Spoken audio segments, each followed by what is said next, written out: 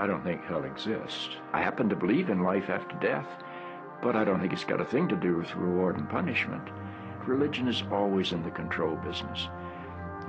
And that's something people don't really understand. It's in the guilt-producing control business.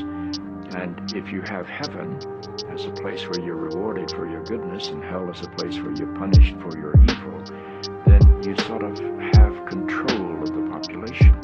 And so they create this fiery place, which has quite literally scared the hell out of a lot of people throughout Christian history. And it's part of a control tactic. But wait a minute, you're saying that hell, the idea of a place under the earth or somewhere where you're tormented for an eternity, is actually an invention of the church? I think the church fired its furnaces hotter than anybody else. But I think there's a sense in most religious life of reward and punishment in some form. The church doesn't like for people to grow up because you can't control grown-ups. That's why we talk about being born again. When you're born again, you're still a child. The people don't need to be born again. They need to grow up. They need to accept their responsibility for themselves and the world. What do you make of the theology, which is quite prominent these days in America, which is that there is one guaranteed way not to go to hell, and that is to accept Jesus as your personal Savior? I grew up in that tradition. Every church I know claims that we are the true church. They have some ultimate authority. We have the infallible Pope. We have the inerrant Bible. The idea that the truth of God can be bound in any human system, by any human creed, by any human book, is almost beyond imagination for me. I mean, God is not a Christian. God is not a Jew or a Muslim or a Hindu or a Buddhist.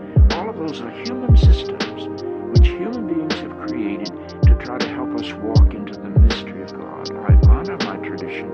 I walk through my tradition. But I don't believe my tradition defines God. I think it only points me to God. You and I are emerging people, not fallen people. Our problem is not that we are born in sin. Our problem is we do not yet know how to achieve being fully human. The function of the Christ is not to rescue the sinners, but to empower you and to call you to be more deeply and fully human than you've ever realized there was the potential within you to be. Maybe salvation needs to be conveyed in terms of enhancing your humanity rather than rescuing you from it. Life is a startling and wondrous experience. And eventually, I think we're going to discover that God is unfolding through the life of our consciousness and our self-consciousness and is not a parent figure up in the sky. But I believe because I'm related to something that is not bound by time and space, that I will share in whatever God's eternity is.